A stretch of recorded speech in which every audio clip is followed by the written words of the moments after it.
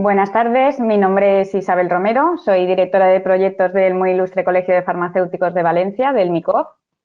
Bienvenidos, bienvenidas a esta sesión de webinar que organizamos conjuntamente entre el Consejo General de Colegios de Farmacéuticos y el MICOF. El objetivo principal que nos hemos propuesto es animaros, motivaros a presentar trabajos científicos al Congreso Nacional que se celebrará en Valencia los días 7 a 9 de febrero del año que viene, de 2024. Para ello me acompañan como ponentes desde la sede del MICOF Cristina Prieto, que es responsable del área de formación, y desde la sede del Consejo Laura Martín, que es responsable del área de vocalías del Consejo.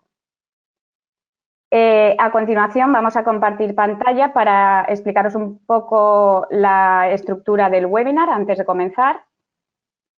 Iniciaremos por el webinar con una breve introducción a lo que es el método científico y a los tipos de estudio que podéis presentar. Continuaremos explicando cómo redactar y estructurar el abstract o resumen de vuestro trabajo científico y, en el caso de que sea seleccionado, cómo transformar este resumen de vuestra comunicación en un póster o comunicación oral. Asimismo, destacaremos los aspectos prácticos más relevantes del Congreso y cómo podéis participar en el mismo. Y finalizaremos con unos ejemplos prácticos. Tener en cuenta que podéis realizar las preguntas que os vayan surgiendo a través del chat de la plataforma. Las contestaremos al finalizar el webinar. Si no nos diese tiempo a responder todas las preguntas, no os preocupéis que elaboraremos un documento de preguntas y respuestas y además este webinar se está grabando, con lo que estará disponible en aproximadamente una semana en farmacéuticos.com, en el canal YouTube de Farmacéuticos y en la web del MICOF, micof.es. No mucho más que añadir, solo que disfrutéis del webinar y que espero consigamos animaros a participar en el Congreso. Doy paso a mi compañera Laura Martín. Gracias. Muchísimas gracias, Isabel. Muchas gracias y muy buenas tardes. Bueno, pues como os ha comentado Isabel, la idea que tenemos con este webinar fundamentalmente es eso, animaros a participar, a enviar comunicaciones, daros estas instrucciones básicas para elaborar el abstract y para luego transformarlo, si es aceptada la comunicación, en un póster. Y si fuera aceptada para realizar una comunicación oral, pues también daros algunos trucos, ofreceros algunos recursos que son de utilidad. Y bueno, al final también animaros a participar porque tiene una serie de ventajas que vais a ver más adelante. Como os comentaba Isabel, a ver, no me deja pasar, ahora. Vamos a hacer una muy breve introducción, nada, esto no nos da tiempo tampoco y no es el objetivo del webinar, para comentaros pues cómo tenemos que plantearnos el trabajo para luego llegar a preparar nuestro abstract o el póster para luego presentar, en este caso, al Congreso Nacional, pero bueno, os damos unas ideas también que son generales. Pues lo que tenemos que hacer es ponernos manos a la obra e investigar. ¿Vale? Y por investigar, pues ¿en qué consiste la investigación? Al final, pues va a ser esto que veis en la diapositiva, es aplicar el método científico y aplicamos el método científico pues con el objetivo de comprender, corregir, corroborar, aplicar o aumentar el conocimiento, ¿vale? Sobre un determinado tema o una determinada materia, ¿vale?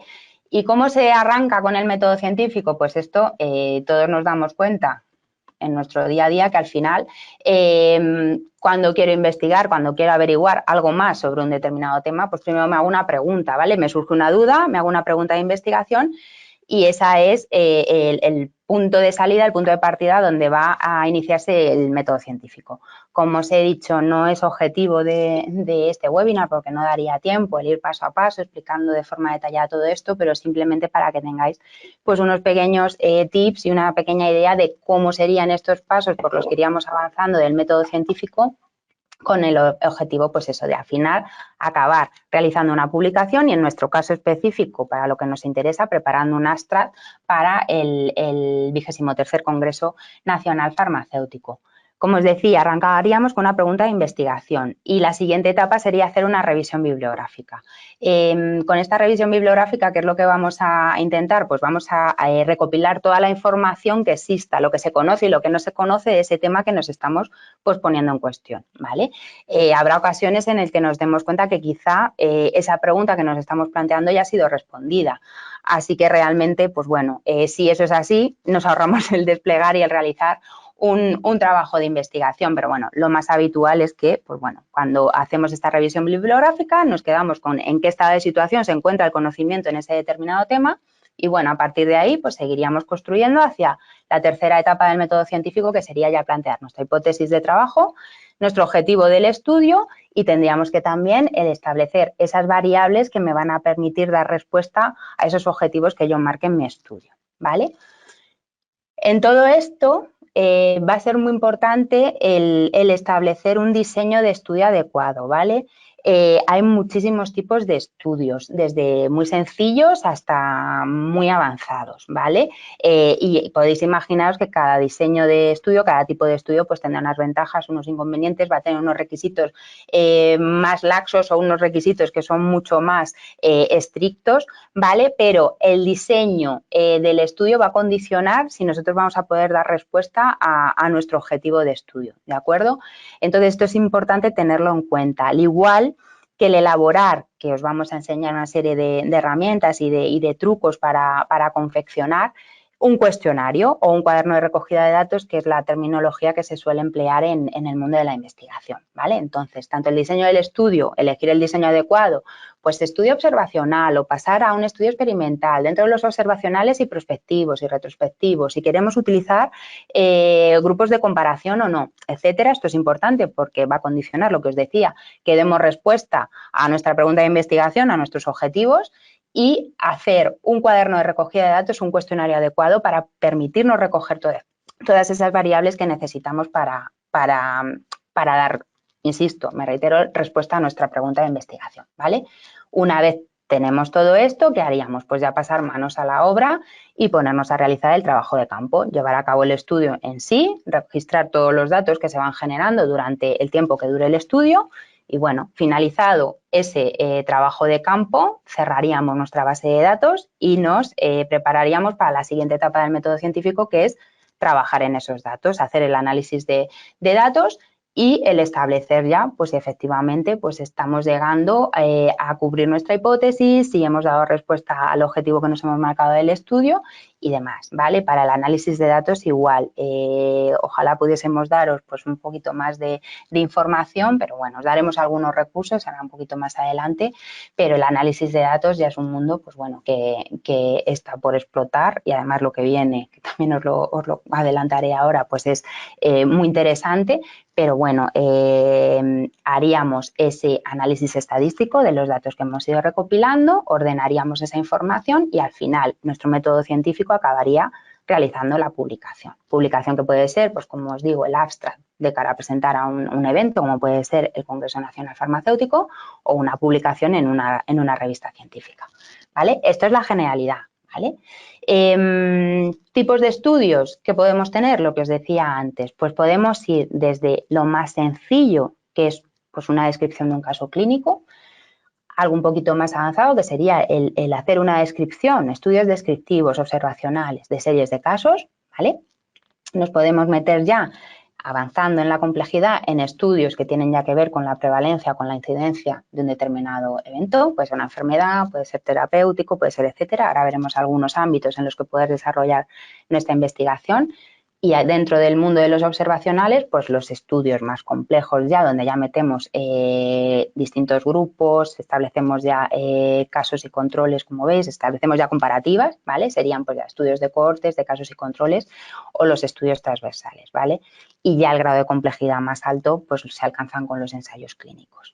Pero lo que os comentaba, no tenéis que, para investigar, pensar únicamente en el ensayo clínico, en un estudio muy complejo que implique pues, un registro de datos muy exhaustivo, la participación de muchos investigadores, el reclutamiento de muchísimos pacientes, ni mucho menos. Pensad, y por eso os queremos animar con este webinar, que podéis participar con estudios más sencillitos, con todos los que están en esa parte azul más clarita, ¿vale?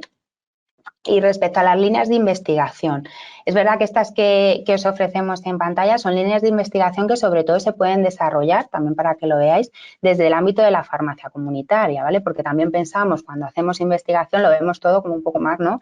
Derivado pues al ámbito más académico o desde la industria farmacéutica, pero no, se puede hacer investigación, pues eso, desde la farmacia comunitaria en ámbitos, pues eso, como la descripción de procesos de tipo patológico, de tipo terapéutico, estrategias preventivas, el desarrollo e implantación de servicios. Aquí a muchos de vosotros os sonará, por ejemplo, desde el Consejo General hemos hecho estudios para el desarrollo y la implantación de servicios profesionales, farmacéuticos asistenciales, como el servicio de seguimiento farmacoterapéutico a través del programa Consigue, o, por ejemplo, Adherencia Med para el servicio de adherencia terapéutica. Esto es un claro ejemplo de investigación desde el ámbito de la farmacia comunitaria para el desarrollo e implantación de servicios.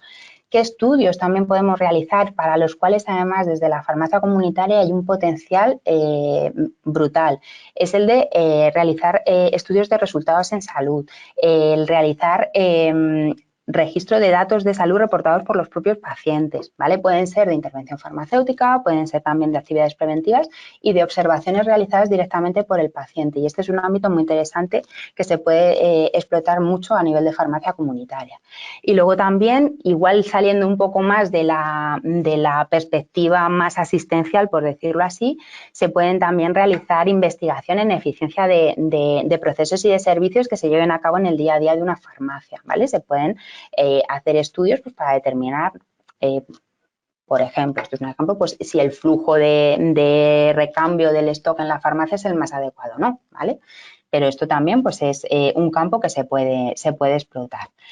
Lo que os decía, no podemos contaros todo lo que nos gustaría sobre el tema de elaborar un cuaderno de recogida de datos, sobre cómo realizar luego el trabajo de estadística o de análisis de los resultados obtenidos, pero que tengáis al menos algunos recursos que están disponibles. Estos que veis en pantalla son gratuitos. Luego Cristina os va a contar con más detalle o con un ejemplo práctico cómo hacer una encuesta a través de Google Forms, de Google Formularios, ¿vale? Que quizá también sea el que más conocéis todos. Pero bueno, que sepáis, Google Formularios, Surbio, Question Pro y SurveyMonkey son recursos que son gratuitos. Es verdad que tienen más o menos funcionalidades, cada uno tiene sus particularidades. Las opciones más avanzadas suelen ser de pago, ¿vale? Pero bueno, por lo menos tenéis un punto de partida que son muy sencillitos de utilizar. Algunos tienen plantillas además preformadas, algunos os dan opciones de distintos tipos de preguntas, en su mayoría, con lo cual son muy fáciles de usar. Ya os digo que Cristina os va a enseñar un ejemplo y lo podéis utilizar perfectamente para hacer vuestra recogida de datos durante vuestro estudio de investigación. Respecto a alguna idea, algún truco sobre las preguntas que podéis plantear, por recomendaciones que sean mejor preguntas cerradas, es decir, que tengan ya las opciones predefinidas para no dejar que, pues ya sea el investigador o ya sea en el caso del paciente, si es un estudio en el que son resultados reportados directamente por el paciente, pues describa algo que quizá no sea demasiado específico, que sea luego complejo de interpretar a la hora de hacer el análisis de datos. Por lo tanto, cuanto más cerradas sean las respuestas cerradas es mucho más fácil de cara luego al hacer el análisis de resultados. También, por ejemplo, se pueden forzar formatos, en el caso más claro, en las fechas, ¿vale? Para evitar que nos pongan formatos americanos de fecha o que nos pongan solo el mes y el año. Pues lo más fácil es pues, poner una opción que sea pues día con 2 dígitos, mes con 2 dígitos y año con 4 dígitos, por ejemplo, ¿vale? Este es un ejemplo clásico de forzar el formato de la recogida de un dato. Y también enseñaros un ejemplo para que veáis que a la hora de tratar los datos va a ser más sencillo hacer un agrupamiento de respuestas, que es lo que veis en la derecha, ¿vale? Que no hacer la aproximación que veis a la izquierda. Al final, la pregunta es la misma, ¿vale? ¿Veis un ejemplo que recibió tratamiento previo? Pues hay la opción sí y no, o no y sí, ¿vale? Pero en el primer caso, lo que veis es que es una pregunta que se desdobla en otra, con lo cual luego el análisis de esas respuestas va a ser más difícil porque vamos a tener pues una pregunta condicionada por otra por 2 respuestas, ¿vale? Por decirlo así. Así que al final va a ser mucho más fácil. Además, también es más sencillo para el propio investigador o para el propio paciente el responder a este tipo de preguntas con agrupamiento de respuestas. Al final tenemos todas las opciones y solo se tiene que elegir una. No hay que desdoblar ni nada, ya lo digo, tanto más sencillo para el investigador como para a la hora de analizar los datos. Respecto al análisis de datos, lo más normal, estos son también recursos, ¿vale? Disponibles. Cuando veis esta pantalla, lo que queremos es ofrecer pues, recursos que existen gratuitos, disponibles para todos. Ahora, esto no quiere decir, y este es el ejemplo concreto, que esto sea sencillo de utilizar, ¿vale? Para analizar datos, todos seguramente, o la gran mayoría de nosotros, alguna vez hemos utilizado Excel como el formato, la plantilla de base con la que empezar a trabajar en hacer pues, sumatorios, medias, en agrupar, hacer cruces, se pueden hacer tablas dinámicas, con lo cual nos permite explotar una información. Excel no es gratuito realmente, pero bueno, tenemos opciones de formato abierto, ¿vale? De fuente abierta que, bueno, sí que son tipo Excel, ¿vale? Y que están disponibles para poder utilizar de forma gratuita. Pero luego veis que os he puesto otros programas, tenéis R, que es un programa estadístico, tenéis Python, tenéis Weka y tenéis Minitab, que bueno, no son programas estadísticos ya como tal, ¿vale? Esto ya, la revolución de los datos está aquí. Os he puesto también ahí una imagen que reconoceréis el logo de ChatGPT, porque al final todas estas herramientas están incorporando ya motores de inteligencia artificial, con lo cual, bueno, esto además de aumentar la complejidad, pero también esto es un mundo que está aquí, que está en plena ebullición y bueno, que sepáis que también esto nos va a servir para facilitarnos un poco la asistencia con el tema del análisis de datos, ¿vale? Pero bueno, es lo que os digo, simplemente es que los conozcáis, que tienen, igual que en cuestionarios, tienen opciones que son de acceso libre y opciones pues, más avanzadas que sí que ya pues, requieren de una suscripción o de un pago por uso, ¿vale? Entonces, hemos llegado ya, ¿vale? En esta diapositiva lo que os quiero contar es hemos llegado ya a ese punto en el que tenemos todos nuestros datos, ¿no? Ya hemos hecho un análisis de esa información que hemos ido recopilando en nuestro estudio y es hora de preparar el abstract, ¿vale? Vamos a recopilar toda la información que tenemos, ¿vale? Y vamos a ordenarla de tal modo que vamos a preparar un abstract. ¿Y qué es un abstract? Pues un abstract o resumen no deja de ser un documento que de forma muy breve, concisa y también precisa nos va a mostrar el contenido de un trabajo de investigación, ¿vale? Es como nuestra tarjeta al final de nuestra hoja de presentación, más que tarjeta de visita, es la hoja de presentación de nuestro trabajo de investigación. Y sirve pues para que revisores, congresistas o editores pues respectivamente decidan, primero si se acepta una comunicación, nosotros para el Congreso Nacional vamos a tener un comité evaluador, entonces revisará los abstracts y verá si es interesante o no y sigue adelante para presentarse como póster o como comunicación oral. Eso por parte de los revisores. Por parte de los congresistas, pues sabéis que muchos congresos incluyen en la bolsa de congresista un libro con las comunicaciones que se han presentado. Pues esto también es interesante porque a la hora de revisar, oye, me acerco al póster a ver este trabajo o no, lo veo a través del abstract que se incluye en ese libro de comunicaciones que se ofrece al inicio del congreso. Y ya si pensamos en publicaciones, en revistas científicas, pues los editores van a obtener la información necesaria para determinar si se publica o no ese trabajo científico en su revista a través del abstract, ¿vale? Por eso os decía que es pues, nuestra hoja de presentación o nuestra hoja de visita para el estudio de investigación que hemos realizado. En esta diapositiva veis la estructura que vamos a seguir. Esto ya es información 100% para el Congreso Nacional, ¿vale? Farmacéutico. Tenéis que tener en cuenta, ahora veremos puntos específicos uno por uno de la estructura del abstract, pero que tiene que cumplir estos requisitos de información a incluir. Título, la sección a la que presentáis el trabajo, incluir la información de los autores y luego el abstract se va a dividir en una introducción, objetivo, materiales, método, resultados, conclusiones y en el caso de que tengáis bibliografía, pues también se puede un último apartado en el que incluir la bibliografía. Tened en cuenta que el formato del abstract van a ser 2000 caracteres con espacios, ¿vale? Entonces, es un resumen, muy resumen, ya veréis que hay veces que cuesta además el hacer ese trabajo de síntesis y bueno, en esos 2000 caracteres tenéis que recoger toda la información relevante del trabajo y no se incluyen en los abstracts, son simplemente texto, no se incluyen ni gráficos ni imágenes. Respecto a la estructura, ahora ya sí punto por punto.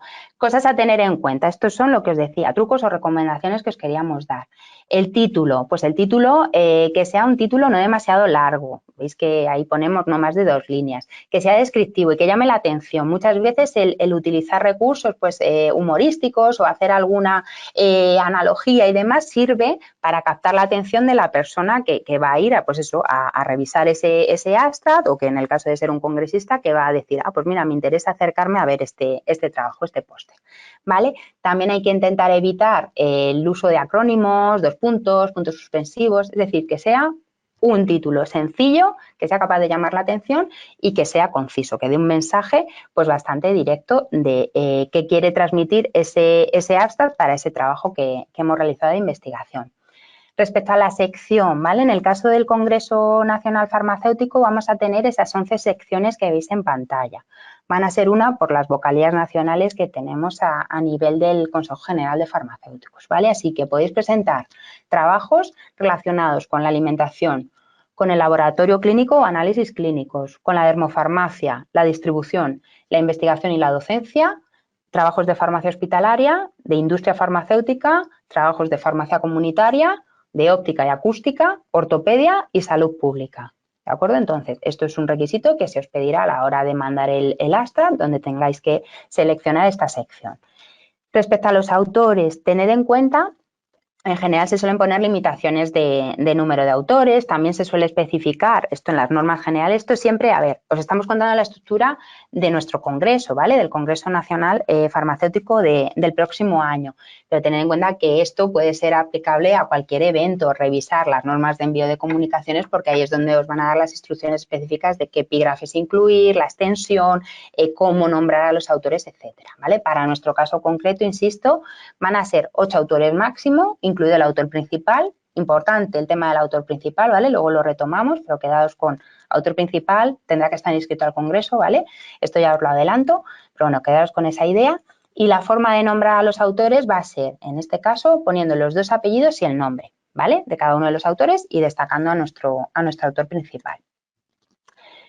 Respecto a la introducción, ya entrando al contenido del trabajo, ¿vale? Del abstract como trabajo científico. Pues la introducción tiene que ser un párrafo muy descriptivo donde se marque pues todos los antecedentes y el marco y los motivos de por qué hemos realizado ese estudio, ¿vale? Ahí se justifica pues eso, por qué lo hacemos, su importancia, la hipótesis que hemos planteado de trabajo, esto iría en la introducción, ¿vale? Luego tendría el objetivo. El objetivo va a ser breve, unas 2 líneas, en infinitivo normalmente, se escribe en infinitivo, donde se define cuál es el objetivo, el propósito principal del estudio. ¿Vale? En ocasiones, además de poner el objetivo principal, también se pueden incluir pues los 2, 3 objetivos secundarios más relevantes para ese trabajo de investigación que hemos realizado. ¿Vale? Respecto al epígrafe de materiales, pues aquí se van a describir por los recursos que se utilizan. ¿Vale? Y respecto al método, muchas veces materiales y método va unido, ¿vale? Pero bueno, materiales sería más la parte de recursos utilizados y en la parte de método, pues los procedimientos, más la metodología, ¿vale? El estudio diseño, el tamaño muestral, la duración del estudio, cuáles son las principales variables, qué herramientas estadísticas se han utilizado para realizar el análisis luego de los resultados y demás, ¿vale? Llegando al tema de resultados, el epígrafe, este es el core principal del abstract, ¿vale? Pues tenemos que tener en cuenta que en ese apartado de resultados solo se incluyan los más relevantes, ¿vale? Que sean relevantes y que vayan en consonancia con los objetivos marcados del estudio. Y una cosa muy importante, las investigaciones no salen siempre como nos gustaría y hay veces que no obtenemos la respuesta que quizá esperamos para esa pregunta de investigación que nos planteamos. Cuando hacemos una publicación tenemos que recoger la respuesta que hemos obtenido, ¿vale? El resultado obtenido, con independencia de que sea negativo o no sea el esperado, ¿vale? Entonces, los resultados van a recoger esos aspectos más relevantes del estudio que hemos realizado, acorde a los objetivos que nos habíamos planteado y con independencia de que sean positivos o negativos, ¿vale? En el caso de que establezcamos, pues eso, medidas de pues, incidencia, prevalencia, meter si existe un riesgo relativo, ratio, etcétera, etcétera, todo eso y la significación estadística la incorporaríamos, ¿vale? Siempre que hemos utilizado un estudio estadístico, meteremos pues todos estos estadísticos que van asociados al dato, ¿vale? Muchas veces un número en sí, si no va acompañado de todos estos estadísticos, pues no tiene tampoco no relevancia, no me malinterpretéis, pero no se entienden igual de bien, ¿vale? Y en la parte de resultados se van a registrar datos, ¿vale? Datos que hayamos observado, nada de hacer interpretaciones. Esa parte de interpretaciones se reservan para el último epígrafe que veis, el de conclusiones, ¿vale? Ahí veremos los hallazgos del estudio, la implicación que ha tenido, la importancia de haber obtenido ese resultado, ¿vale? No sirve meter otra vez resultados, ¿vale? Sino que aquí lo que va es la explicación de los resultados obtenidos. Y importante, que os lo dirá Cristina, el título y el apartado de conclusiones suelen ser los elementos que a la hora de elaborar un póster van a llamar antes la atención, ¿vale? Entonces, si nosotros vemos título, objetivos, que también se suelen ver a primer golpe de vista, y luego las conclusiones no concuerdan con el título y los objetivos del estudio, pues algo raro ha pasado, ¿vale? Es importante que estéis muy atentos a esto y que la parte de conclusiones pues vaya en línea con los objetivos que se han marcado en el estudio y también con los resultados. Ideas que os damos, ¿no? Trucos, seguimos dando recomendaciones. A la hora de enfrentaros a la hoja en blanco, ¿vale? Lo mejor es ir recopilando toda la información que tengáis e ir estructurándola en base a estos puntos, estos epígrafes que os hemos ido contando, ¿vale? Para así, pues decir, esta parte va en la introducción, esta parte va a objetivos, esta parte son resultados puro y duro, esta parte sería más dedicada a las conclusiones, ¿vale? Tened en cuenta que el lenguaje, pues cuanto más sencillo, mejor. No os empeñéis en utilizar una jerga científica, en usar muchísimas abreviaturas, porque al final, aunque pueda parecer que con eso el nivel científico del trabajo es más elevado, muchas veces esto lo que hace es complicar, ¿vale? Y utilizar lo que sea necesario. Hay que utilizar abreviaturas, hay que utilizar datos técnicos, por supuesto, pues hay que incluirlos, pero sin abusar de ellos, ¿vale? También, y esto es una norma, suele ser generalizada, pero que sepáis que es también específica del Congreso Nacional Farmacéutico. No incluyáis nombres comerciales, ¿vale? Si se habla de algún medicamento, mejor principio activo, ¿vale? También evitar el uso de frases subordinadas, de voz pasiva, mejor utilizar frases cortas, que sean concretas y que sean, pues eso, explicativas de forma muy simple.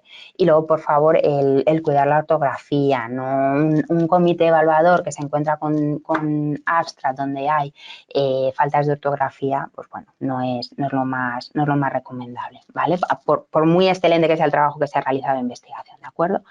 Respecto al punto que veis, el último punto que veis a la izquierda, adaptar el lenguaje a la audiencia, a la que irá dirigida la comunicación. ¿Esto por qué os lo contamos? Porque, bueno, es un congreso farmacéutico y la audiencia potencial son farmacéuticos, ¿vale? Entonces, en este caso es verdad que igual no tenemos mucho problema porque nuestro lenguaje como farmacéuticos habitual cuando estamos en el ámbito profesional, pues es el que vamos a recoger en nuestro abstract, ¿vale? Pero tened en cuenta que también se pueden presentar trabajos a otros eventos que son organizados, pues, por ejemplo, por otros profesionales sanitarios, por ejemplo, por médicos. Entonces, es verdad que ahí quizás se tenga que hacer una ligera adaptación del lenguaje para que llegue al colectivo médico, ¿vale? En este caso, o imaginaos que presentamos un abstract, una comunicación a un congreso de pacientes, pues ahí tendríamos que adaptar el lenguaje, pues es más sencillo todavía para llegar a pacientes, ¿vale? Y una recomendación que os damos es que le enseñéis, que le enviéis el abstract a alguien que no tenga ni idea del trabajo que habéis hecho, de qué va la investigación ni nada de nada, y si es además fuera del ámbito farmacéutico mejor, para que podáis comprobar y testear si el texto refleja lo que vosotros queréis contar, ¿vale? Si queda claro y si queda bien, pues explicado el proceso que habéis seguido, ¿vale? Entonces, con esto pasaría a un comité, lo que os digo, una vez tenéis preparado vuestro abstract, lo enviaríais, ¿vale? Vais a tener, lo vamos a decir varias veces, pero tenéis de plazo para enviar abstract hasta el 15 de octubre, ¿vale? Entonces, a partir del 15 de octubre entraría un comité evaluador a analizar estos abstracts, ¿vale? Y si sois afortunados, si sois elegidos, pues este abstract se os comunicará que va a ser presentado como póster en el Congreso Nacional. Entonces, yo ahora doy paso a Cristina, que os va a dar pues una serie de recomendaciones y de trucos de cómo elaborar un póster. Muchísimas gracias, Laura. Voy a compartir yo mi pantalla, si te parece. Vale, muy bien. Pues nada, como os comentaba Laura, bueno, mi objetivo es seguir dentro del proceso de cómo se presenta una comunicación a un congreso. Tenemos claro cómo tenemos que elaborar el abstract que nos comentaba Laura. Y bueno, pues el siguiente paso es un póster. Como comentaba hace unos minutos, hay un comité evaluador, como en cualquier congreso, se reúne, valora todos los abstracts que ha recibido y bueno, pues algunos sí y otros no serán aceptados y los aceptados tendrán que ir seguidos de un póster, ¿vale? ¿Pero qué es un póster? Dentro de este contexto, un póster es un cartel que resume de forma visual un trabajo de carácter científico presentado en un congreso. Yo creo que todos tenemos más o menos claro qué es un póster. No sé si todos lo habremos hecho, pero por lo menos todos habremos visto alguno. Y yo creo que sí que tenemos claro que un buen póster lo que tiene que hacer es atraer la atención de los asistentes al congreso. Todos o casi todos habremos asistido ya a algún congreso y sabemos que las visitas a la zona donde se exhiben los pósters se producen durante los descansos, después de una obra o varias conferencias, entonces es posible que salgamos cansados, el tiempo que tenemos para visualizar los pósters es breve y bueno, la prioridad es captar la atención del público, de los asistentes al congreso. Entonces, ¿qué tiene que tener un póster para que llame la atención, para que sea ideal, para que la gente se fije en él, que al final es nuestro objetivo? Tiene que tener una información clara, concisa, que pueda ser asimilada por los asistentes de forma prácticamente instantánea. Y bueno, que en la medida de lo posible, yo sé que esto no siempre es fácil porque yo soy la primera que a veces me cuesta, pero intentar reducir un poco el texto y potenciar los elementos visuales, las gráficas, los diagramas, que ayudan mucho a comprender ese póster de la manera más rápida posible. Vale, entonces, a la hora de diseñar lo que tenemos que hacer, tenemos que pensar en la letra Z. ¿Por qué? Porque es como se mueven los ojos de la mayoría de los espectadores cuando visualizan un póster de este tipo. Entonces, cuadrante superior izquierdo, cuadrante superior derecho, cuadrante inferior izquierdo y cuadrante inferior derecho. Vale, entonces, la parte superior, como comentaba antes Laura, es la que atrae toda nuestra atención. A primer golpe de vista es lo que vemos y entonces incorpora el título y los autores, que es parte esencial de ese póster, ¿vale? Pero además, tanto la introducción como las conclusiones son partes fundamentales. La introducción nos pone un poco en contexto de qué es lo que vamos a ver y las conclusiones al final nos resumen un poco que hemos comprobado, cuáles son las principales conclusiones que nos llevamos después de realizar nuestra investigación, ¿no? Entonces, siempre os vamos a recomendar que tanto la introducción como las conclusiones estén en ese cuadrante superior, preferiblemente pues la introducción a la izquierda, las conclusiones a la derecha. A ver, como todo, esto no es siempre sencillo, depende del trabajo de cada uno. Todo lo que os estamos diciendo son recomendaciones para facilitaros el trabajo al máximo y bueno, pues no siempre es factible en función del trabajo que hayamos preparado y de cómo lo tengamos estructurado, pero bueno, en la medida de lo posible. No quiero que os quedéis con que es algo obligatorio, sino con que es algo recomendable y que siempre ayuda también al comité evaluador a la hora de tomar decisiones. Vale, entonces, más cosas importantes a la hora de elaborar este póster. Arriba tenemos el título, los autores, tenemos también la introducción y las conclusiones, preferiblemente a la izquierda y la derecha, y después en la parte inferior pues tenemos el resto de los apartados. Muy importante que todos estén claramente diferenciados con su encabezado, es decir, si yo voy a hablar de la introducción, arriba pongo el título, introducción. Si yo voy a hablar de los objetivos, que esté bien rotulado, objetivos, material y métodos, conclusión, todo. O sea, tenemos poco tiempo, muchas veces la manera en la que lo proyectamos, aunque sea en una pantalla, es relativamente grande, pero lo vemos de golpe y no es lo mismo que lo hayamos hecho nosotros a ver el póster hecho por otra persona, y sí que es fundamental que esté bien ordenado, bien estructurado, compensado y pensando que lo va a leer una persona que no haya visto ese póster nunca antes, ¿vale? Entonces, también son muy importantes los espacios en blanco. Es complicado. Yo soy la primera que me cuesta y os insisto en este tema porque muchas veces queremos poner toda la información posible, queremos rellenar mucho hueco con texto, pero al final lo que vamos a hacer es generar rechazo a veces si tenemos demasiada letra. Entonces, tanto los márgenes como los espacios entre los distintos apartados, sí que se recomienda que el espacio en blanco pues tenga bastante peso, ¿vale? Se recomienda que incluso sea del 20% del el espacio total ocupado por el póster, siempre y cuando sea posible, insisto. Entonces, algunas ideas a la hora de elaborar este póster. Pues bueno, el fondo tiene que ser en la medida de lo posible sencillo, con colores claros, la letra tiene que ser de color oscuro, con un tamaño suficiente como para que se pueda leer al menos a 2 metros.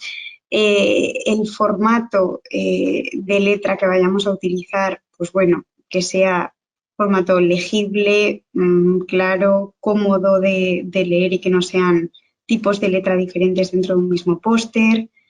Y bueno, pues básicamente tenéis aquí para los distintos apartados los tamaños de letra recomendados, ¿no? Para el título, pues más grande, subtítulos si lo llevara un poquito más pequeño, los autores después serían lo que más peso tendría en función del tamaño de la letra y después los textos y pies de figura en caso de que fuesen necesarios.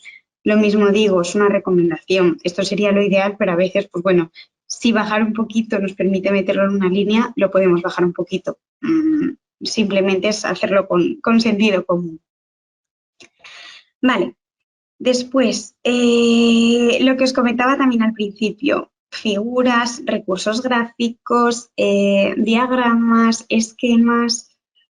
Pues bueno, a ser posible tienen que ocupar un 60% del póster. Ya tenemos que un 20% tienen que ser espacios en blanco y que un 60% tienen que ser figuras, recursos gráficos.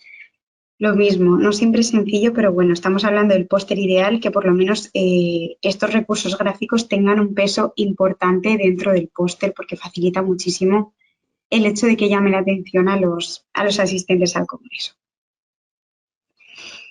Importantísimo. Tenemos que utilizar imágenes con buena resolución. Queda muy feo, permitirme la expresión, cuando vemos un póster, vemos una publicación científica y tenemos una imagen de mala calidad, pixelada, borrosa.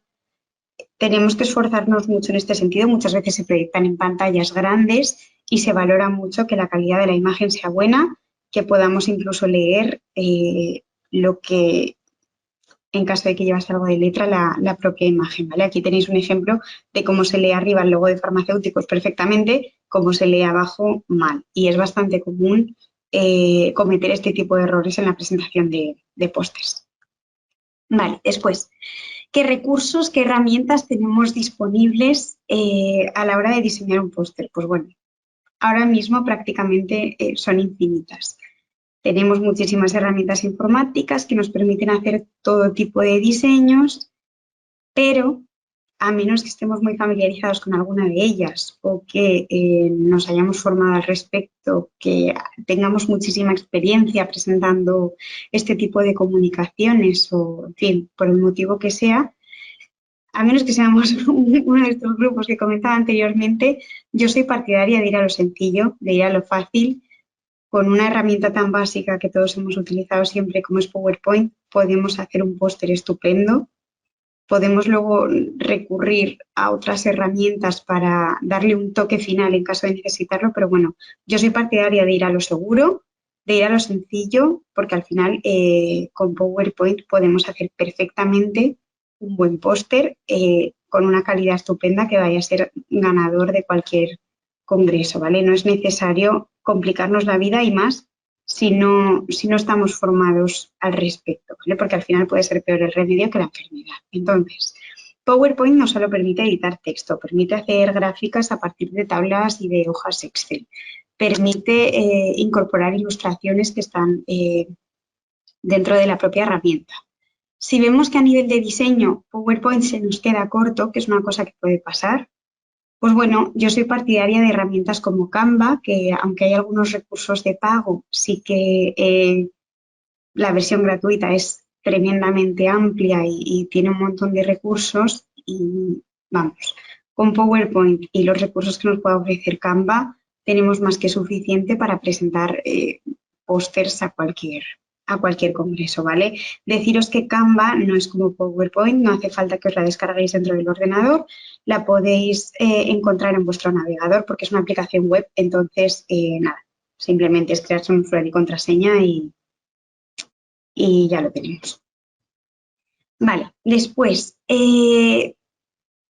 lo que os comentaba, ¿no? Hasta ahora estábamos hablando de la importancia de cómo se tenía que distribuir el contenido del póster para que fuese atractivo para los asistentes, cómo hacerlo, cómo no hacerlo. Entonces, hay veces que los congresos nos ofrecen una plantilla predeterminada y hay veces que, en este caso, el consejo sí que nos ha preparado una plantilla que, como veis, tiene los distintos apartados bien distribuidos, está compensada, el fondo es claro, la letra oscura, tiene, pues bueno, todo lo que tiene que tener una buena plantilla, pero si alguno de vosotros prefiere ser más creativo o prefiere innovar, tenéis también a vuestra disposición esta otra plantilla para que lo hagáis a vuestro gusto con más libertad, que en muchas ocasiones también es lo que las comunicaciones demandan, ¿vale? Eso ya depende de vosotros. Todavía creo que no las tenéis disponibles, luego si no que me corrija Laura, pero bueno, las tendréis disponibles pronto para que os podáis ir organizando. De todas formas, como primero tenéis que enviar el abstract y hasta que no sepáis si ha sido aceptado o no, no hace falta ir preparando el póster, tenemos muchísimo tiempo, ¿vale?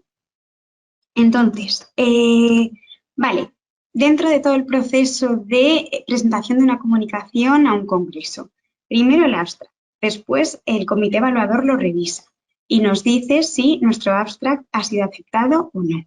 Entonces, una vez se haya aceptado, que espero que la mayoría de vosotros se os acepten, nos vamos a la elaboración del póster. ¿Qué ocurre? Que cuando nos digan que se ha aceptado, en determinadas ocasiones nos dicen que se ha propuesto también para comunicación oral. ¿Esto qué significa? Que además de preparar un póster, tenemos que preparar también una presentación, una comunicación oral, que, bueno, como veis en pantalla, sirve para transmitir los aspectos más importantes del trabajo que hayamos realizado. Se realiza verbalmente, de forma oral, y en un tiempo de 10 minutos, 5 minutos incluso aproximadamente, ¿vale? Entonces, la mayoría de los abstracts que han sido aprobados no conlleva la realización de una comunicación oral, ¿vale? Son simplemente los mejores, los que más han llamado la atención de ese comité evaluador en base a unos criterios que han sido predeterminados. Entonces, estas comunicaciones orales requieren, bueno, no requieren, pero bueno, sí que recomendamos que se apoyen en una presentación de diapositivas, ¿vale? Entonces, ¿cómo tiene que ser esta presentación de diapositivas? Pues lo mismo que con el póster, tiene que ser clara, tiene que ser ordenada, visualmente atractiva, para que aquellas personas que asistan a la sala de comunicaciones orales pues se enganchen un poco con lo que les estemos contando, ¿vale? Entonces, ¿cómo tiene que estructurarse esa presentación tanto de diapositivas como a nivel de texto, lo que nosotros les vayamos a contar durante esos 5 o 10 minutos? Lo primero es una presentación, tenemos que decir quién somos, de dónde venimos, qué vamos a contar y demás. Después, cuál es el interés de esta comunicación, la originalidad, la utilidad. Como ya sabéis, más adelante insistiré en este tema, pero bueno, las comunicaciones tienen que ser originales, ¿vale? No se han podido presentar previamente a otro evento similar, así que, como siempre ocurre, comunicaciones originales, ¿vale? ¿Qué se pretende conseguir con esta investigación? También lo tenemos que contar, cómo la hemos hecho, cuáles son los resultados más relevantes, cuáles son las conclusiones, los mensajes clave que recogemos de todo el proceso de investigación.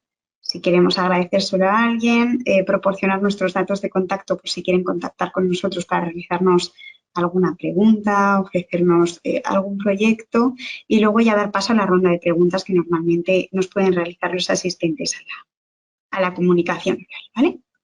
Entonces, al igual que ocurría un poco con el póster, la introducción y las conclusiones son los momentos de mayor impacto cuando se trata de una comunicación oral. Así que tenemos que ser conscientes de esto. En la medida de lo posible, nuestra comunicación no verbal, nuestra actitud, tiene que acompañar a esa presentación, a esa comunicación. Entonces, tenemos que darlo todo de nosotros, tanto en esa introducción como en esas conclusiones, para que el público se quede con lo más importante de nuestra investigación, ¿vale? Y luego también adecuar los contenidos al tiempo asignado. A veces es complicado, pero bueno, sí que es cierto que seguramente habrá un plazo de aproximadamente 1 hora, media hora, todavía no sé cómo va a funcionar en este caso para varias comunicaciones orales y no podemos retrasar las que vengan a continuación. Después, ideas, trucos que podemos aplicar a la hora de preparar una comunicación oral.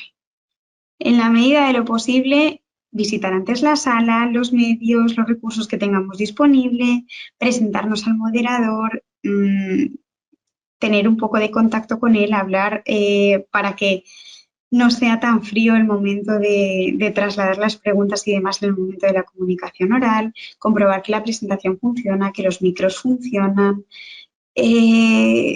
Bueno, en fin, como en cualquier presentación que realicéis en cualquier otro ámbito, pues lo mismo, mantener una postura natural, que no nos movamos ni demasiado poco, que, en fin, pues las cosas que muchas veces parecen lógicas, pero que sí que tenemos que tenerlas en cuenta para que la gente se quede con lo que le queremos contar y no con otras cosas, ¿vale? Después, vuelvo a dar paso a mi compañera Laura para que nos hable de algunos de los aspectos prácticos del Congreso y después vuelvo yo con vosotros. Os queremos enseñar ahora un vídeo que quizá ya lo habéis visto, pero es un vídeo que tenemos para animaros un poco a participar en el Congreso. Cierra los ojos y sueña. Imagínate abriendo camino y formando parte de la historia de la farmacia, ampliando tus horizontes profesionales y contribuyendo a impulsar un sector vital para la sociedad como es el farmacéutico. Del 7 al 9 de febrero de 2024, el sueño se hace realidad. El 23 Congreso Nacional Farmacéutico se celebrará en Valencia, capital verde europea, y no podemos imaginarlo sin ti. Un congreso sostenible y pionero porque, entre otras muchas iniciativas, calcularemos su huella de carbono y desarrollaremos un proyecto de compensación local. Pero este congreso es mucho más que eso. Durante estos 3 días vamos a charlar, a debatir, a aprender, a mostrar que la farmacia española es, hoy más que nunca, una pieza esencial del sistema sanitario. Los farmacéuticos, en todas nuestras vertientes profesionales, aportamos un enorme y creciente valor sanitario y social. Y vamos a imaginar el futuro juntos. Contaremos con más de 40 sesiones científicas, con un enfoque muy práctico y 2 simposios paralelos centrados en la farmacia hospitalaria y la distribución farmacéutica. Y eso no es todo. Prepárate para explorar más de 1000 metros cuadrados de exposición comercial y conectar con más de 2000 profesionales farmacéuticos de todo el país. Juntos compartiremos experiencias y enfrentaremos los retos que se nos presentan. Tendrás la oportunidad única de impulsar tu desarrollo profesional compartiendo tus comunicaciones científicas en 11 categorías con hasta 7.000 euros en premios que reconocerán el valor de las más innovadoras. Puedes enviar tu comunicación hasta el 15 de octubre. Además, si eres el primer autor de tu comunicación, podrás obtener un descuento directo en la inscripción al Congreso. Y, porque la sostenibilidad está en el corazón de este Congreso, las comunicaciones de este año serán en formato e-póster digital. Esta experiencia solo será única si tú formas parte de ella. Así que no te la pierdas. Estaremos en el Palacio de Congresos de Valencia del 7 al 9 de febrero de 2024. Puedes encontrar toda la información en congresonacional.farmacéuticos.com. Te esperamos para hacer historia juntos. Nada, es un vídeo, lo tenéis disponible en el canal de farmacéuticos en YouTube. Repasamos, nada, muy brevemente, pues daros los datos más importantes que habéis visto en el vídeo, pero bueno, vamos a reforzarlo. El congreso se celebra en Valencia, en el Palacio de Congresos de Valencia, del 7 al 9 de febrero.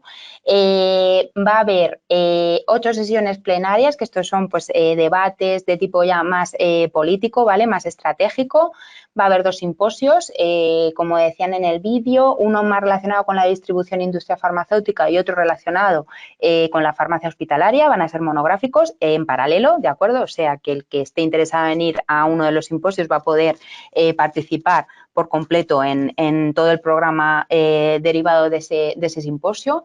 Va a haber hasta 30 sesiones técnicas, estas son sesiones más prácticas, ¿vale? Con contenidos técnico-profesionales, y luego, relacionado con todo lo que estamos viendo hoy, se van a organizar 2 sesiones para realizar comunicaciones orales y que pues aplicaremos pues todos los trucos que os ha ido contando Cristina. Y habrá 5 sesiones de innovación, perdonad que me las saltaba, que también van a ser técnicas, van a ser también prácticas, pero con temas más estratégicos de desarrollo profesional. Respecto al tema de inscripciones, que sepáis que las inscripciones podéis hacerlas, hay una modalidad individual de inscripción, pero tened en cuenta y os animo a que os pongáis en contacto con vuestro colegio, porque los colegios tienen una posibilidad de obtener packs, ¿vale? De lotes de inscripción, donde el precio pues tiene un descuento que es bastante interesante, ¿de acuerdo? Que sepáis que hay distintos precios en función de cuándo realicéis esa inscripción. Ahora mismo, hasta el 1 de diciembre, pues es el precio que estáis viendo. También hay diferente precio entre si se es colegiado o no colegiado. Y a partir del 1 de diciembre, el 2 de diciembre, pues ya se aplicará otra cuota diferente hasta unos días justo antes del inicio del congreso. Y si decidís ir a última hora a Valencia, pues que sepáis que hay otra cuota ya in situ, pues que bueno, pues su cuantía ya veis que es más avanzada. La inscripción al congreso incluye todo el acceso tanto a la parte comercial, a todas las sesiones, por supuesto. También vais a tener acceso al cóctel de bienvenida, vais a tener acceso también a todas las pausas café y a la comida de trabajo que se organice durante el congreso. Y lo único que no incluye, que esto va con una inscripción aparte, sería la cena de gala, ¿vale? Del congreso, que si no recuerdo mal, pues se celebra de miércoles a jueves, de jueves a viernes. Ahora no me acuerdo, pero bueno, el penúltimo día, ¿vale? Una cosa, vuelvo aquí que lo he apuntado antes, el tema de la inscripción. Si vais a presentar comunicaciones, que esperamos que todos los que estáis viendo nos presentéis alguna comunicación al congreso, que sepáis que si vais a ir como autor principal y se os notifica que ha sido aceptado ese abstract, vais a tener un descuento de 50 euros, ¿vale? En este precio que veis en pantalla. Con lo cual, esperad a recibir esa comunicación de que ha sido aceptado el abstract, ¿vale? Para realizar la inscripción, ¿vale? Porque así podéis aplicar este descuento que tenéis, este beneficio que tenéis por haber presentado una comunicación científica. Y vuelvo a darle paso a Cristina, que os va a contar otros aspectos. Pues todo esto lo va a desarrollar un poquito más en este punto de la presentación que hemos llamado Participa. Pues nada, lo que quería comentaros era que, como la mayoría de vosotros ya sabéis, la participación presentando una comunicación a un congreso en la mayoría de las ocasiones puede tener premio.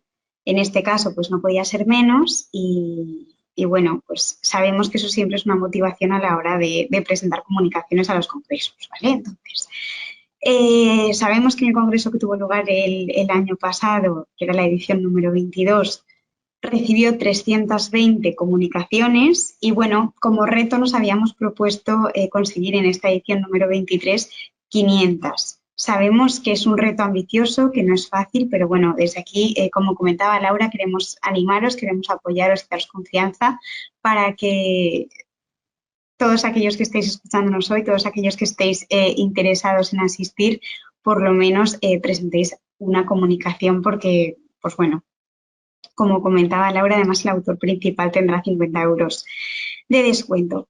Vale, lo que hablábamos antes, todos los abstracts que recibamos son revisados por un comité evaluador. Entonces, la fecha límite para enviar estas comunicaciones orales, estos abstracts, es el 15 de octubre.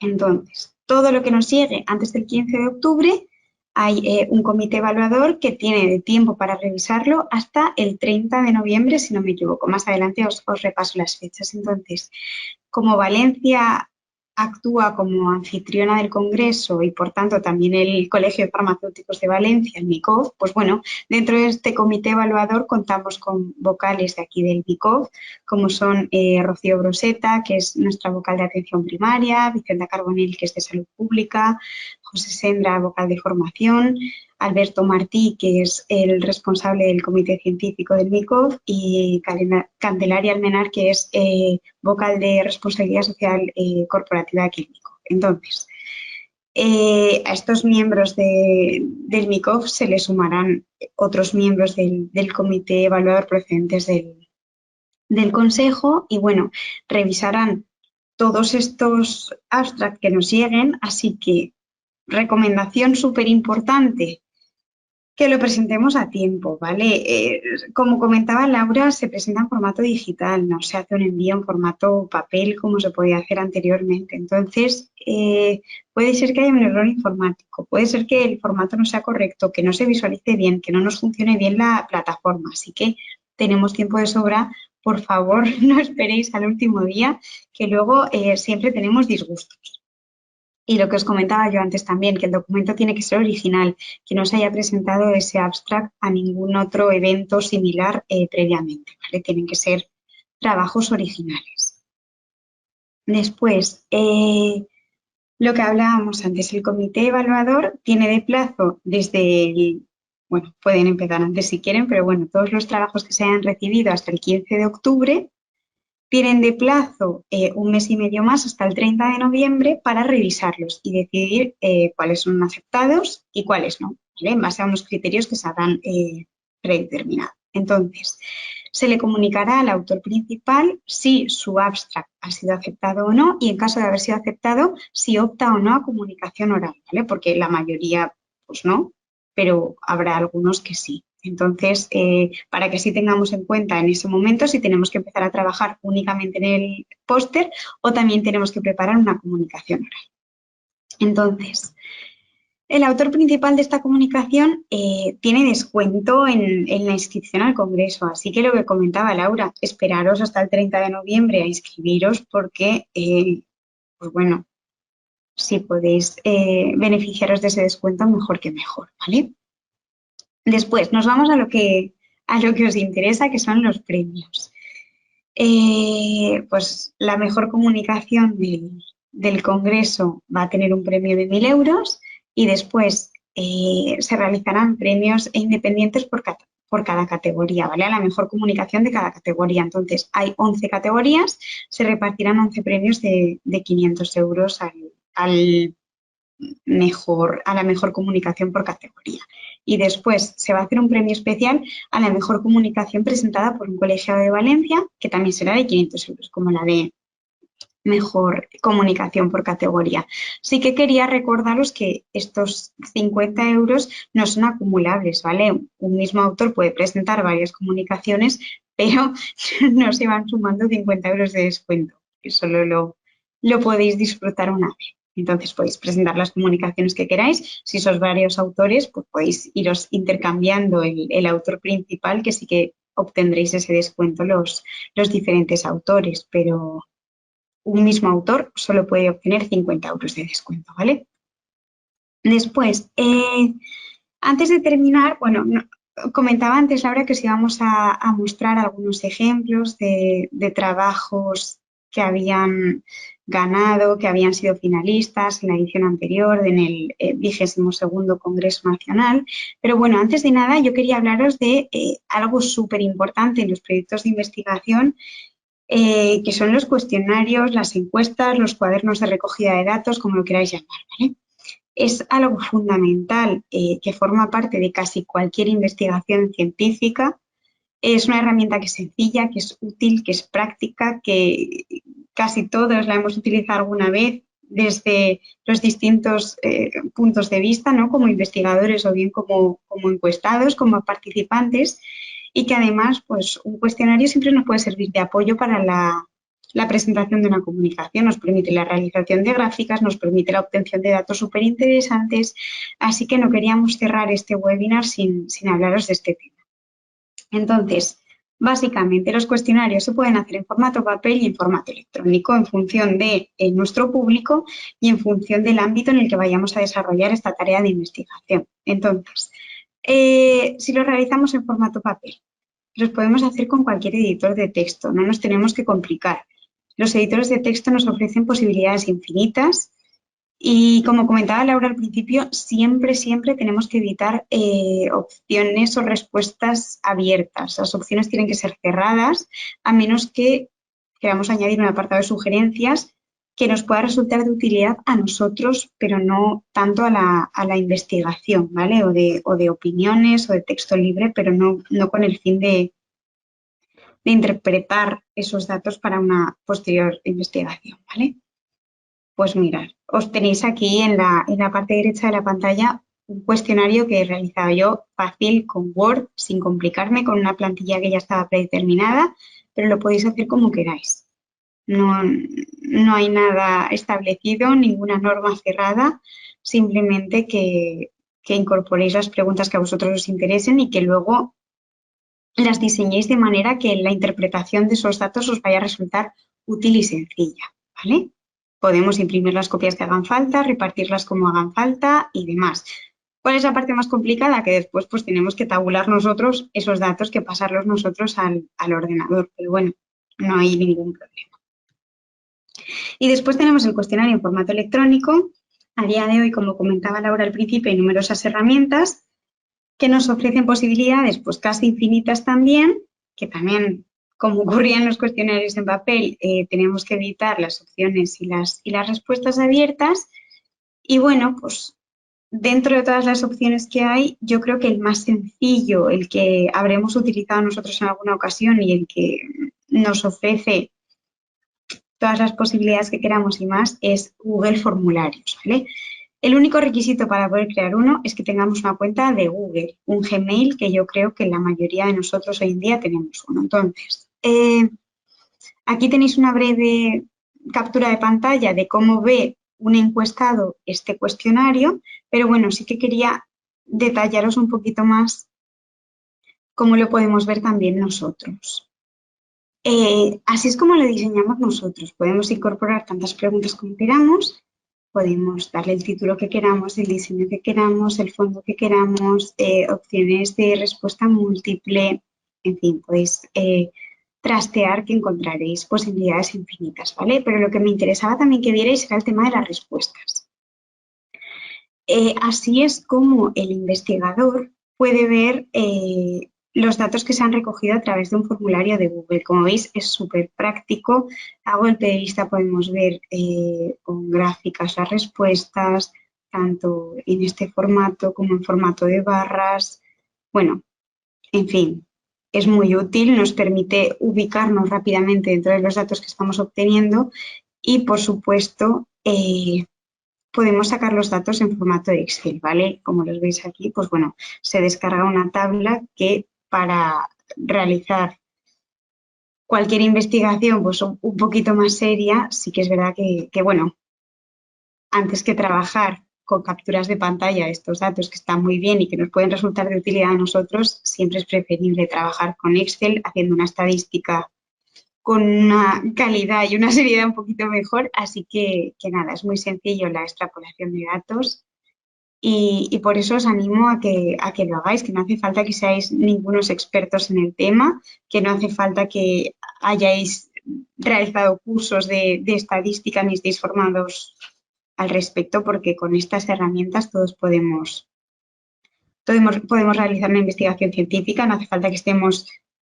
dentro de ningún proyecto especial, simplemente el mensaje también que queríamos transmitiros hoy era que desde cualquier no voy a decir cualquier puesto de trabajo, pero casi cualquier puesto de trabajo relacionado con el ámbito de la farmacia, se puede realizar un proyecto de investigación que nos permita preparar una comunicación de este tipo. Así que yo, mi objetivo dentro del webinar de hoy era daros las herramientas necesarias para hacerlo y transmitiros la confianza necesaria para que lo hagáis, aunque no estéis habituados o acostumbrados a hacerlo, porque podemos sacar datos interesantes casi de cualquier ámbito laboral, ¿vale? Así que nada, por mi parte ya he terminado. Vuelvo a dar paso a Laura para que nos hable de algunas de las comunicaciones recibidas en ediciones anteriores. Gracias, Cristina. Nada, simplemente vuelvo a compartir pantalla y es para que veáis 3 ejemplos, dado que nuestra intención principal, el objetivo principal de la sesión hoy es animaros a presentar trabajos, que veáis 3 ejemplos, además que fueron ejemplos finalistas en el Congreso de Sevilla, ¿vale? Y que veáis distintos tipos de estudios que se presentaron y de distintos además ámbitos, ¿vale? Son de distintas 3 categorías diferentes y bueno, simplemente para que veáis, estos os vamos a mostrar los pósters únicamente, pero bueno, que veáis, estos se defendieron luego en comunicación oral, ¿vale? Además del póster luego pasaron por la sesión de comunicaciones orales. El póster que veis a la izquierda, el de impacto en seguridad de un modelo de teleasistencia digital personalizada para pacientes oncohematológicos. Lo que queremos enseñaros en la sesión es que veáis que por ejemplo, este póster y este abstract en su momento está basado en un estudio que es observacional, ¿vale? Un estudio pues un poco con un diseño más avanzado, ¿vale? Un estudio observacional, prospectivo, en pacientes con cáncer tratados con antineoplásicos orales, ¿vale? Y además con un seguimiento bastante largo, ¿vale? Desde 2017 a 2021. ¿Qué hicieron? Pues durante este periodo de tiempo se le dio al paciente una aplicación, ¿vale? Y se empezaron a recoger pues datos sobre todo relacionados con seguridad, ¿vale? Con efectos adversos que provocaba la medicación. Entonces, lo que se hizo es, en estos 4 años, se estuvo recopilando esa información, aplicaba un algoritmo que en base a estos efectos adversos que reportaba el paciente, pues enviaba una serie de mensajes automatizados con recomendaciones. Sobre todo era una herramienta de comunicación directa entre paciente y farmacéutico en el ámbito hospitalario y luego lo que hacía también es ofrecer informativa, ¿vale? Información a los pacientes y bueno, pues con este estudio, como os digo, observacional, prospectivo y con un periodo de seguimiento bastante amplio, pues se lograron pues los resultados que veis ahí, se enrolaron a 186 pacientes, se identificaron, por lo que veis ahí, 1.368 efectos adversos, los principales efectos adversos que identificaron, las principales notificaciones de información, de recomendaciones que ofrecían a estos pacientes y bueno, llegaron a la conclusión de que este tipo de herramientas pues permite un seguimiento a este tipo de pacientes utilizando estos tratamientos y que facilitó la detección precoz de efectos adversos y que también el uso de estos algoritmos para hacer recomendaciones automáticas pues se mostró válido. Os lo estoy contando súper rápido, imaginaos, en la comunicación oral pues se tuvo un ratito más, 10 minutos aproximadamente, donde se dio mucho más detalle. Pero bueno, esto es un ejemplo, lo que quiero enseñaros es que esto es un ejemplo pues de diseño más avanzado, un poco más complejo. Pero a su lado, esta comunicación, este póster fue el segundo premio del Congreso de Sevilla. Y el que veis a la derecha es para que veáis que no tiene nada que ver. El caso que veis, el póster que veis a la derecha, es una descripción de un caso clínico, ¿vale? De cómo en una farmacia pues adoptaron el caso de una adolescente de 14 años con diabetes tipo 1 y lo que empezaron es a mirar, a identificar, a medir, los niveles de glucosa y hacer un registro de la dieta que seguía este chico y vieron pues los picos que se tenían de glucemias y a partir de esa información lo que hicieron es pues prescribir una dieta, excluyeron una serie de alimentos, ahí veis, pan blanco, integral, arroz, queso y yogur y vieron qué ocurría. Y lo que vieron es que con estas recomendaciones dietéticas y con la exclusión de estos alimentos pues mejoraba el control glucémico y además otra serie de parámetros. Pero como veis esto no tiene nada que ver con el primer ejemplo, ¿vale? Este es un caso, un caso que resulta curioso, que llama la atención de esa farmacia, de ese farmacéutico, y donde se embarcan a la aventura de investigar qué pasaría si se monitoriza la glucemia y si está relacionado con la dieta que sigue el paciente y si hay algún alimento pues que, como veis, pues afecta a su control glucémico. Este fue tercer premio, ¿vale? Y para acabar y para que veáis uno que es pues, también radicalmente diferente, este es la comunicación que fue finalista por parte en la categoría de oficina de farmacia.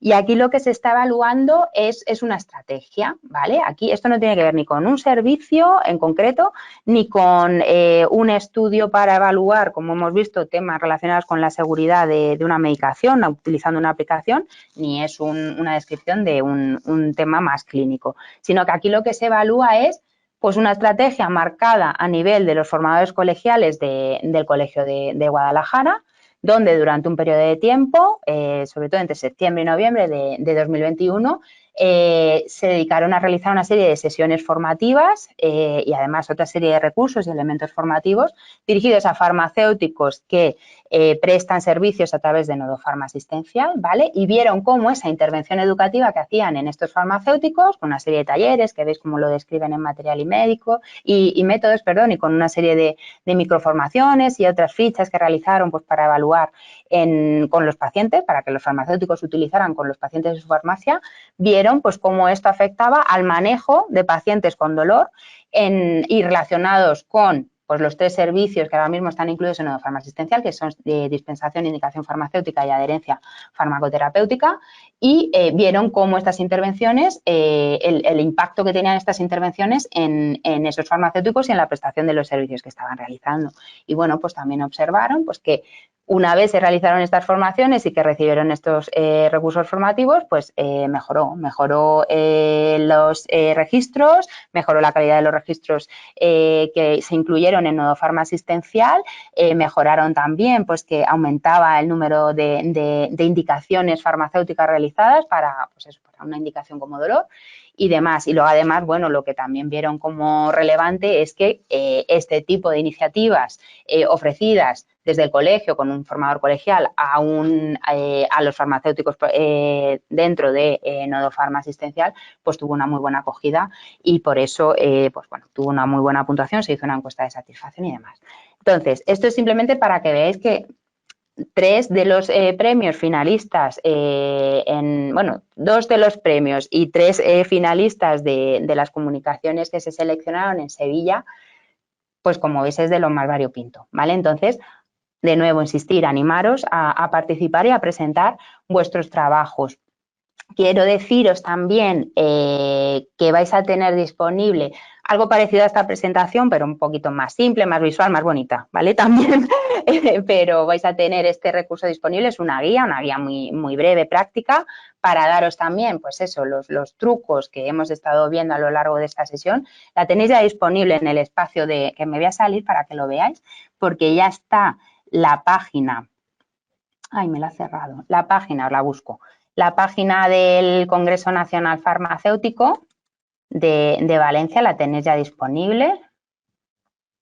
Mirad, aquí la tenemos, ¿vale? Entonces, tenéis, bueno, aparte de programa y de información más práctica, de contacto y demás, en este epígrafe de Congreso tenéis un espacio para comunicaciones científicas y aquí tenéis, pues, las fechas clave, esta guía que os estoy presentando ahora y luego ya tenéis pues, los puntos más destacados de cómo enviar la comunicación y la normativa específica más detallada para el envío de comunicaciones también os la podéis descargar desde la página. Yo os animo a que entréis y echéis un vistazo porque os va a dar más información y creo que ya por mi parte nada más, Isabel. Agradeceros muchísimo a todos el haber estado con nosotros esta tarde y nada, yo por mi parte ya termino. Muchísimas gracias. Muchas gracias, Laura y Cristina. Una exposición muy clara, muy práctica. Habéis dado, yo creo, una serie de consejos, indicaciones que van a ser de mucha utilidad, sobre todo a los que inician en la andadura de las comunicaciones científicas. que seguramente tendremos asistentes de varias modalidades, desde principiantes hasta ya más expertos, que a lo mejor venían un poco más por la información acerca del congreso. Tenemos algunas preguntas que, si queréis, os voy comentando y las vamos aclarando. Un compañero, Sergio Aguilera, nos comenta cuántas comunicaciones se pueden enviar por autor, el número máximo, si hay un máximo estipulado. Yo creo que no sé, Laura, si...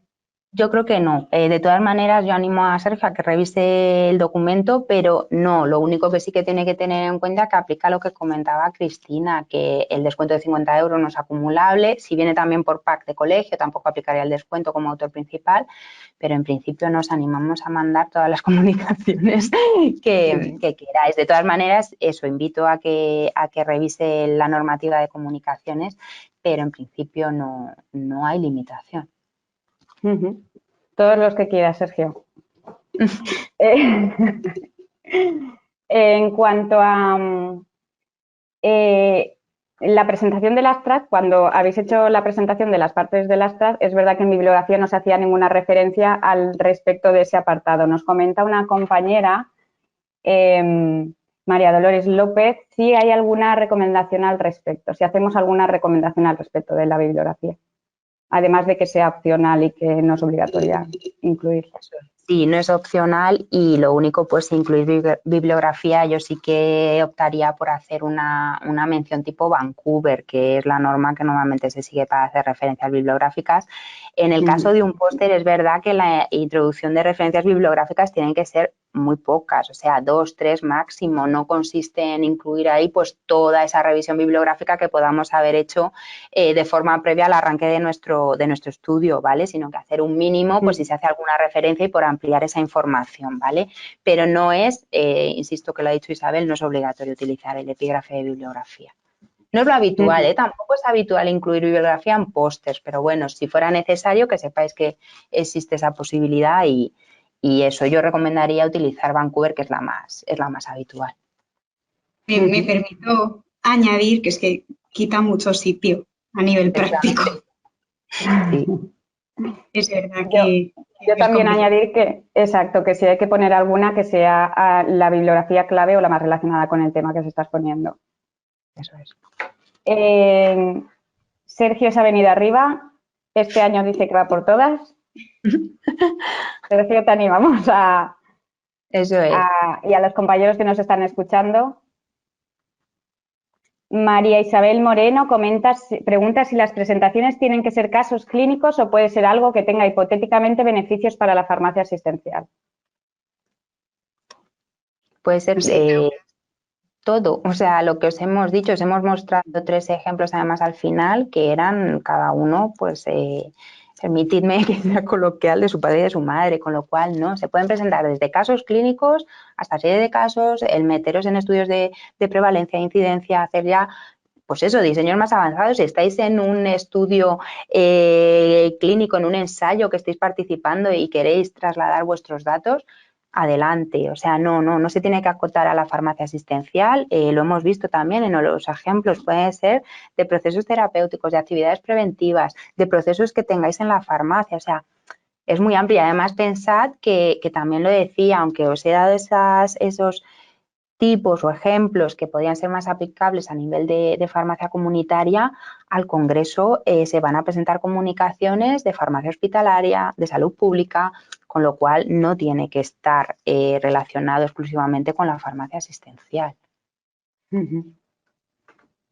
Muy bien. Y que al final muchas veces tendemos a pensar que desde puestos de trabajo más complejos, a lo mejor que estemos en equipos de investigación, metidos en la universidad, en sociedades científicas, tenemos más facilidades, que puede ser que tengamos más facilidades, pero que al final desde una farmacia comunitaria normal, por ejemplo, también podemos llevar a cabo una comunicación para un congreso, aunque no estemos dentro de otros proyectos más grandes, o un docente que trabaje incluso en secundaria, que no.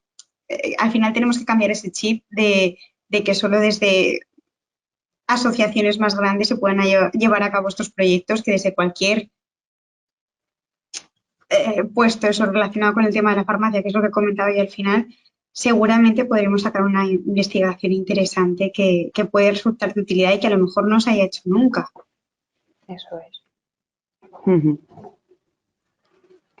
Muy bien.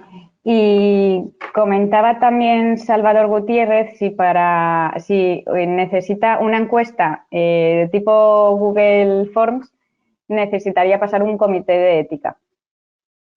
Si no se van a recoger datos privados de los pacientes, no. Son Vale, datos eso es anonimizados o claro, sí. pseudo-anonimizados.